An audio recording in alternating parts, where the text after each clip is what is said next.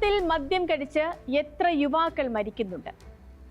20-നും 45-നും ഇടയിൽ പ്രായമുള്ള 100 മരണങ്ങളിൽ 31 മദ്യപാനത്തെ തുടർന്നുള്ള രോഗങ്ങൾ കൊണ്ടാണ്. 1 ലിവർ രോഗം, 2 ക്യാൻസർ, 3 ഹൃദ്രോഗം. ഇതാണ് ഇങ്ങനെ മരിക്കുന്നവരിൽ ബഹുഭൂരിപക്ഷത്തിനും കാരണമാകുന്നത്. അങ്ങനെയെങ്കിൽ ഒരു നാട്ടിൽ മദ്യാസക്തി ഇല്ലാതാക്കാൻ എന്താണ് വേണ്ടത്? മദ്യാസക്തിക്ക് പേരുകേട്ട സ്കാൻഡിനേവിയൻ രാജ്യങ്ങളിൽ നടപ്പാക്കിയ മാതൃക ലോകാരോഗ്യ സംഘടന എടുത്തു പറയുന്നുണ്ട്. ഏറ്റവും കൂടുതൽ മദ്യം കഴിക്കുന്ന സമയത്ത് ഇത് വാങ്ങാൻ സാഹചര്യം ഉണ്ടാകാതിരിക്കുക എന്നുള്ളതാണ്.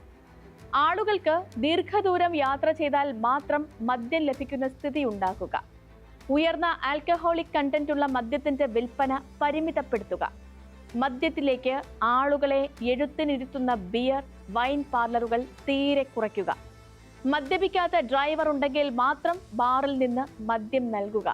പിന്നെ ഒരു നിർദ്ദേശം കൂടിയുണ്ട്: മദ്യത്തിന്റെ പ്രാദേശികമായ ഉൽപാദനവും പാക്കിങ്ങും ഉപേക്ഷിക്കുക.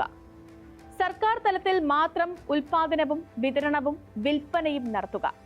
സ്വകാര്യ സംരംഭങ്ങൾ അനുവദിക്കാതിരിക്കുക. സ്പോട്ട്ലൈറ്റ് ആരംഭിക്കുകയാണ്. കുടിച്ചു മരിക്കുന്നവരുടെ കേരളം. 45 വയസ്സിനു താഴെയുള്ളവരുടെ മരണത്തിൽ 31% കാരണം മദ്യമാണെങ്കിൽ 60 വയസ്സിന് മുകളിലുള്ളവരുടെ കാര്യത്തിൽ 21% ഇത് വരുന്നുള്ളൂ. മുഴുക്കുടിയന്മാരായ ആളുകളിൽ പലരും 60 വയസ്സ് എന്ന കടമ്പ കടക്കുന്നില്ല എന്നതാണ് ഇതിന് കാരണം. അത് വളരെ വ്യക്തമായി മനസ്സിലാക്കാൻ ഒരു കണക്ക് കൂടിയുണ്ട്. 45-നും 60-നും ഇടയിൽ പ്രായമുള്ളവരുടെ മരണം. കേരളത്തിൽ 45-നും 60-നും ഇടയിലുള്ളവരുടെ മരണത്തിൽ 39.5% കാരണം മദ്യപാനമാണ്. ഇന്ത്യയിൽ ഏറ്റവും കൂടുതൽ ആയുസ്സുള്ളവരുടെ സംസ്ഥാനമാണ് കേരളം. 79 വയസ്സ് വരെ സ്ത്രീകൾക്കും 75 വയസ്സ് വരെ പുരുഷന്മാർക്കും ആയുസ്സുണ്ട്. മദ്യം കൂടി ഇല്ലാതിരുന്നുവെങ്കിൽ പുരുഷന്മാരുടെ ശരാശരി ആയുസ് ഒരുപക്ഷെ 80 കടക്കുമായിരുന്നു. ഓരോ 1000 പേരിലും 10 പേർ വീതമാണ് ഇവിടെ ഒരു വർഷം മരിക്കുന്നത്. അതിൽ 45-നും 60-നും ഇടയിൽ പ്രായമുള്ള 4 പേരുടെ വീതം മരണത്തിന് കാരണമാകുന്നത് മദ്യമാണ്. അതായത് 10 പേര് മരിക്കുമ്പോൾ അതിൽ 4-ഉം മദ്യം മൂലമാണ് എന്നറിഞ്ഞാൽ തന്നെ മനസ്സിലാകും കേരളം വന്നു നിൽക്കുന്ന നീർച്ചുഴി. ഒരിക്കലും തിരിച്ചു കയറാൻ കഴിയില്ലെന്ന് കരുതുന്ന ഈ കത്രികപ്പൂട്ടിലേക്ക് വീണവരെ രക്ഷിച്ചെടുത്ത രാജ്യങ്ങളുണ്ട് ലോകത്ത്. അതിന് വേണ്ടത് സമൂഹത്തിന്റെ ഇച്ഛാശക്തിയാണെന്ന് മാത്രം. ഇന്ധനത്തിന് നിരന്തരം വില ഉയർത്തിയത് കൊണ്ട് ഉപയോഗം കുറയും. എന്നാൽ മദ്യത്തിന് നിരന്തരം വില ഉയർത്തിയാൽ ഉപയോഗം കുറയുന്നില്ല. ആളുകൾ മറ്റാവശ്യങ്ങൾക്കുള്ള ചെലവ് കുറച്ച് മദ്യത്തിന് കൂടുതൽ പണം മുടക്കുകയാണ് ചെയ്യുന്നത്. ഒരു പരിധിക്കപ്പുറം നികുതി ഏർപ്പെടുത്തിയാൽ മദ്യപാനം കുറയും എന്ന സങ്കല്പം തന്നെ ശരിയല്ലെന്നാണ് ഗവേഷകർ പറയുന്നത്. മദ്യക്കിണിയിൽ വീണുപോയ ഒരാൾ ഓരോ ദിവസവും അകത്താക്കുന്ന മദ്യത്തിന്റെ അളവും ക്രമേണ കൂടും. ഇതും അധിക ചെലവിനിടയാക്കും. കുടുംബങ്ങൾ തകരുകയും കടക്കെണിയിലാവുകയും ചെയ്യുന്നത് ഇങ്ങനെയാണ്. മദ്യക്കെണിയാണ് കേരളത്തിലെ പകുതി കടക്കെണിക്കും കാരണമാകുന്നത്. ലഭ്യമായ മദ്യത്തിൽ ആൽക്കഹോളിന്റെ വീര്യം കുറയ്ക്കുക എന്നതാണ് ലോകാരോഗ്യ സംഘടന അംഗീകരിച്ചിരിക്കുന്ന ഒരു മാർഗം. രണ്ടാമത്തേത് മദ്യം പരിസരത്ത് ലഭ്യമാക്കാതിരിക്കുക എന്നുള്ളതാണ്. അതായത് എളുപ്പത്തിൽ എത്തിച്ചേരാൻ കഴിയാത്ത സ്ഥലങ്ങളിൽ മാത്രമേ മദ്യം വിൽക്കാൻ പാടുള്ളൂ. മൂന്നാമത്തേത് ഏറ്റവും കൂടുതൽ ഉപഭോഗം നടക്കുന്ന സമയത്തെ മദ്യവിൽപ്പന നിർത്തുക എന്നുള്ളത്.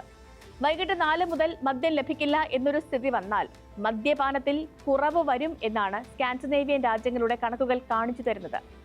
1-ാം തീയതി മദ്യം ലഭിക്കില്ല എന്നതിനാൽ 31-ന് ശേഖരിച്ചു വെക്കുന്നവരുടെ എണ്ണം കൂടുകയാണ്. എന്നാൽ ദിവസവും രാവിലെ 11 മുതൽ 4 മണി വരെ മാത്രമേ മദ്യം ലഭിക്കുകയുള്ളൂ എന്ന് വന്നാൽ വലിയ തോതിൽ വിൽപ്പന കുറയും എന്നാണ് പഠനങ്ങൾ പറയുന്നത്. മദ്യം ഉണ്ടാക്കുകയും പാക്ക് ചെയ്ത് വിൽക്കുകയും ചെയ്യുന്നത് മദ്യാസക്തിയുള്ള സ്ഥലങ്ങളിൽ ഒഴിവാക്കണമെന്നാണ് നിർദ്ദേശം. പുതിയ മദ്യക്കമ്പനികൾ തുറക്കുന്നതും പാക്കിങ്ങും ലേബലിംഗും നടത്തുന്നതുമെല്ലാം തന്നെ ഈ പരിധിയിൽ വരികയും ചെയ്യും. ഒരു മദ്യക്കമ്പനി ആരംഭിച്ചാൽ അത് നിലനിന്ന് പോകണമെങ്കിൽ കച്ചവടം നടക്കണം. കച്ചവടം നടക്കണമെങ്കിൽ കൂടുതൽ മദ്യപാനികൾ ഉണ്ടായി വരണം. സ്വന്തമായി മദ്യക്കമ്പനി തുറന്ന ശേഷം ഘട്ടം ഘട്ടമായി മദ്യനിരോധനം നടപ്പാക്കും എന്ന് പറയുന്നതിലും വലിയൊരു തമാശ വേറെ ഉണ്ടാകില്ല എന്നാണ് കണക്കുകൾ കാട്ടിത്തരുന്നത്. മദ്യക്കച്ചവടത്തിന് ഇനി ടൂറിസവുമായി ബന്ധമുണ്ടോ? ബന്ധമുണ്ടെന്നും ഇല്ലെന്നും പറയാം. കാരണം വിനോദസഞ്ചാരത്തിന് വരുന്നവർ മദ്യം സേവിക്കാൻ സ്വാഭാവികമായും ആഗ്രഹിക്കും. പക്ഷേ മുഴുക്കുടിയന്മാരുടെ കയ്യിൽ യാത്ര ചെയ്യാനും മദ്യപിക്കാനും കൂടിയുള്ള പണം നീക്കിയിരിപ്പുണ്ടാകില്ല. അതുകൊണ്ട് യാത്രികരായി വരുന്നവരെല്ലാം മിതമായി മാത്രം മദ്യപിക്കുന്നവരാണ്. നമ്മുടെ നാട്ടുഭാഷയിൽ പറഞ്ഞാൽ 1-2 പെഗ് മാത്രം കഴിക്കുന്നവരാണ്. അവർ ജഗന്നാഥന്മാരാണ് എന്ന് കരുതി പെഗ്ഗെണ്ണി അതിൽ ഐസ് ക്യൂബ് ഇട്ട് കഴിച്ചുകൊണ്ടേയിരിക്കുന്നവരല്ല. കേരളത്തിൽ ഒട്ടും മദ്യപിക്കാത്തവർ 54% ഉള്ളൂ. അങ്ങനെ പറയുകയാണെങ്കിൽ 46% മദ്യപിച്ചിട്ടുള്ളവരോ അതല്ലെങ്കിൽ വല്ലപ്പോഴും ഒക്കെ മദ്യപിക്കുന്നവരോ ആണ്. അതിൽ 10% ദിവസവും മദ്യപിക്കുന്നവർ. വല്ലപ്പോഴും മാത്രം കുടിക്കുന്ന 36% കൂടി മുഴുവൻ മദ്യപന്മാരാക്കാതിരിക്കുക എന്നതിനാണ് നമ്മുടെ സർക്കാർ ഇനിയെങ്കിലും മുൻഗണന നൽകേണ്ടത്. ഇതോടുകൂടി സ്പോട്ട്ലൈറ്റ് പൂർണ്ണമാകും. നാളെ മറ്റൊരു വിഷയവുമായി ഇതേ സമയം.